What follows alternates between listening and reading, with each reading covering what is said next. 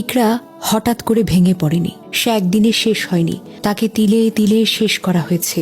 2-3 বছর ধরে একটা প্রশ্ন তাকে কুড়ে কুড়ে খেয়েছে, তিথির সাথে কি আলভির সম্পর্ক আছে? আলভিকে প্রশ্ন করলে উত্তর আসে, না, আমরা শুধুই কলিগ। কিন্তু একসময় মুখোশটা নিজেই নিজে খুলে গেছে।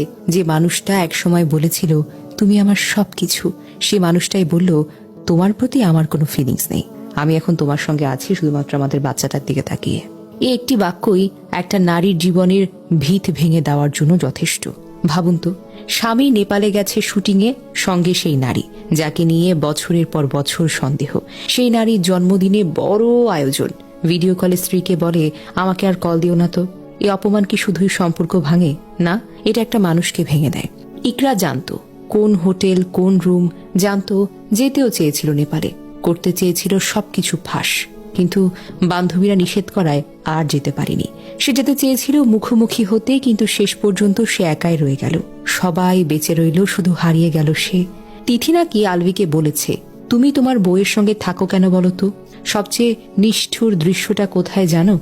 একটা শিশু যে এখনো তার মাকে দেখিয়েনি। এই মৃত্যু শুধু একজন মানুষের না, এটাকে বলে বিশ্বাসের মৃত্যু।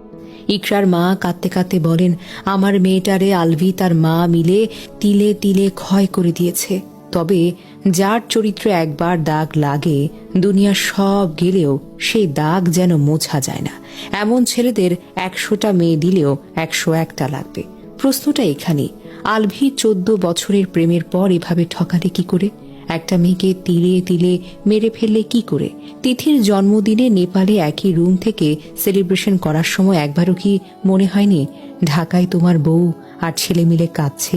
তিথি কি জানতো না এই সম্পর্কে একটা পরিবার ধ্বংস হয়ে যাবে? আর সবচাইতে বড় কথা, এই মৃত্যুর দায়টা কার? একটা জীবন চলে গেল, একটা শিশু তার মাকে হারালো, একটা মা তার মেয়েকে হারালো। কেউ কি ভাববে প্রক্রিয়া, বিশ্বাসঘাতকতা, মানসিক নির্যাতনের শেষটা কোথায় গিয়ে পৌঁছায়? ইকরা আর নেই, কিন্তু তার যন্ত্রণা, তার কান্না, তার শেষ ভিডিও কল সবাইকে প্রশ্ন করছে তোমরা কি এখনো চুপ থাকবে, নাকি ঘটনা থেকে শিখবে? প্রেমের নামে যন্ত্রণা দেওয়া সেটা প্রেম নয়, সেটাকে বলে হত্যা। ধীরে ধীরে, তিলে তিলে। শান্তিতে থেকো ইকরা, তোমার যন্ত্রণা আমরা কখনো ভুলবো না। জানা যায় 2010 সালে 9 নভেম্বর মাত্র 19 বছরের তরুণী আফরা ইগনাত ইকরা ছোট পর্দার অভিনেতা জাহের আলভির সঙ্গে দীর্ঘ প্রেম। সমাজ পরিবারের বাধা মানেনি কেউ, পালিয়ে বিয়ে করলেন, ভালোবাসা জয়ী হলো, শুরু হলো স্বপ্নের সংসার। ছেলের নাম রাখলেন রিজিক।